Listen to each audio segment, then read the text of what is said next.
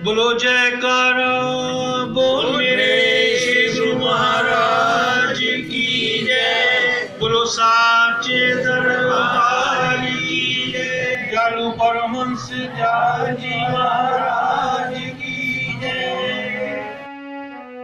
एक रोज इरशाद हुआ कि प्रारब्ध और पुरुषार्थ ऐसे हैं जैसे परिंदा के दो पर होते हैं। अगर दोनों पर दुरुस्त न हो तो उड़ना नामुमकिन है। इसी तरह से प्रारब्ध और पुरुषार्थ दोनों से काम सिद्ध होता है। इलावा बरी अगर दोनों पर दुरुस्त भी हो मगर शारीरिक बल न हो तो परिंदा उड़ नहीं सकता। इसलिए पुरुषार्थ और प्रारब्ध के अलावा काम करने की दुरुस्त तदबीर और ठीक अमल होना चाहिए। इस ठीक अमल को सम्यक ज्ञान कहते हैं, जो मुर्शिद की तालीम और पीरे बाखबर की हिदायत से हासिल होता है। अगर सिर्फ पुरुषार्थ से काम बनता होता तो आज के दिन तमाम साधु सिद्ध और तमाम दरिद्री राजा बन जाते। मगर सिर्फ पुरुषार्थ से काम नहीं बनता, बल्कि प्रारब्ध, पुरुषार्थ और सम्यक ज्ञान तीनों से काम दुरुस्त होता है। एक रोज इरशाद हुआ कि कर्म दो किस्म के होते हैं, निषिद्ध और विहित। निषिद्ध नाकस कर्म कहलाते हैं, जिनके करने की इजाजत नहीं बल्कि गुमानत है, जैसे हसद यानी ईर्ष्या, धोखा, चोरी। ये दिल को कसीफ कर देते हैं और जज्बात और रूहानी एहसास का खून कर देते हैं। विहित कर्म वे हैं जिनके करने का हुक्म आचार्यों ने दिया है। इसकी चार किस्में हैं। अव्वल नित्य कर्म, जो जिस्मानी तंदुरुस्ती, दिल की चुस्ती वगैरह का फायदा देता है, मसलन स्नान, संध्या, वर्जिश। दोयम सोमातक, जो सोसाइटी के किसी उसूल पर कायम किए गए हैं। इनके न करने से पाप और करने से कोई पुण्य नहीं, जैसे बुजुर्गों की ताजीम यानी आदर, स्वाध्याय, अलबत्ता। इनके करने से अखलाक, चरित्र दुरुस्त होता है। सोयम प्रायश्चित, जो किसी पाप के दूर करने की गरज से किया जाता है, जैसे व्रत, तप वगैरह। इसका मतलब कोई अच्छा जबरदस्त ख्याल दिल से पैदा करने का होता है ताकि बुरे कर्म की गलानी दूर हो। चहारम काम्य, किसी खास गरज की तकमील यानी पूर्ति के लिए किया जाता है, जैसे यज्ञ, हवन। काम्य कर्म को जब बिला यानी बिना किसी जाति, मुफाद या गरज के लिए किया जाता है, वह निष्काम कर्म है। एक रोज इरशाद हुआ कि मालिक को रहीम यानी कृपालु, मुंसिफ यानी न्यायकारी दोनों सिफतों यानी गुणों से मंसूब किया जाता है, हालांकि ये दोनों जिदें हैं। इसका हाल इस तरह पर है कि जो बातें उसकी जात पाक से मुताल्लिक हैं, मसलन कोई शख्स उसको गाली देता है या नुकसान होने पर कह उठता है कि हे खुदा तेरी दरगाह में आग लगे वगैरह, तो इस बात में वह रहम से काम लेता है और उसकी सज़ा की फिक्र नहीं करता, क्योंकि वह जानता है यह उसकी मूर्खता है और ऐसा कहने से मालिक का नुकसान भी क्या होता है।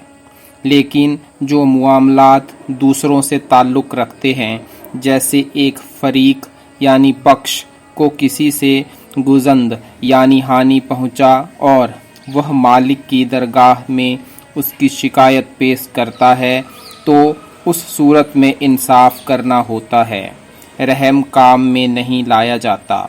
यहाँ दुनिया में भी दस्तूर है कि हाकिम के पास मुद्दई जो दावा करता है उसमें उसको इंसाफ करना पड़ता है, रहम को काम में नहीं लाता। लेकिन अगर कोई बात उसके मुतालिक हो, यानी किसी ने उसकी हद तक की हो या किसी मामला में कुछ ज़ियादती की हो, तो उसको इख्तियार है कि वह उसको रहम की निगाह से टाल दे। अक्सर बड़े आदमी ऐसा करने और कहने वालों की परवाह भी नहीं करते।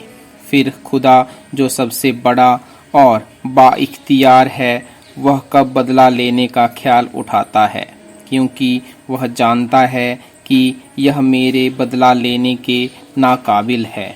एक रोज इरशाद हुआ कि कर्म 3 किस्म के हैं, एक संचित, दूसरे प्रारब्ध, तीसरे क्रियमाण।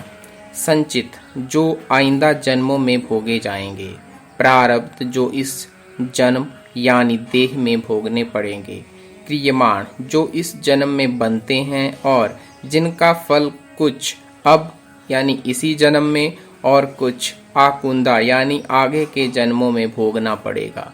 जब तक ये तीनों किस्म के कर्म न कर जाएं, उस वक्त तक पूर्ण उद्धार जीव का मुमकिन यानी संभव नहीं।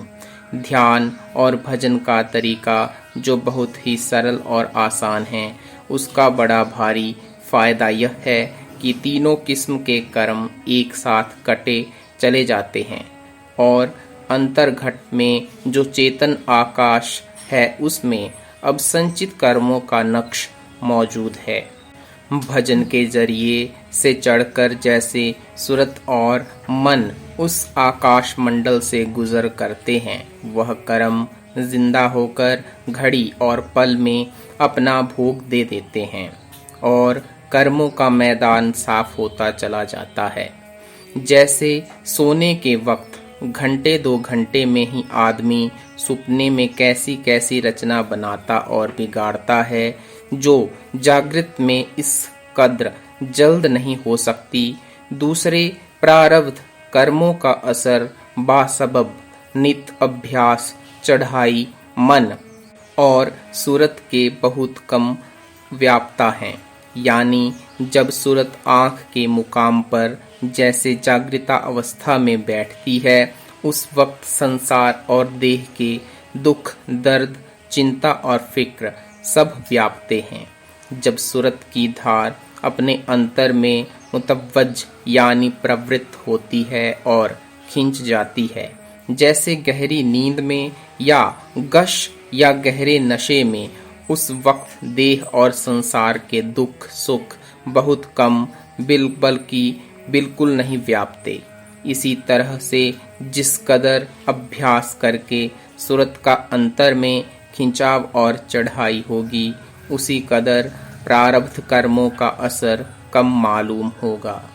तीसरे क्रियमाण, अव्वल तो सत्संगी और सच्चा अभ्यासी मालिक की अप्रसन्नता और अभ्यास में नुकसान और हरज का खौफ खाकर बुरे कर्मों से हमेशा परहेज करता रहेगा, क्योंकि जब कभी नाकस यानी बुरा, फेल यानी कर्म सरजद होगा, उस रोज अभ्यास में मामूली आनंद नहीं मालूम होगा। उस खौफ से जिससे भजन में भंग पड़े दूर रहेगा।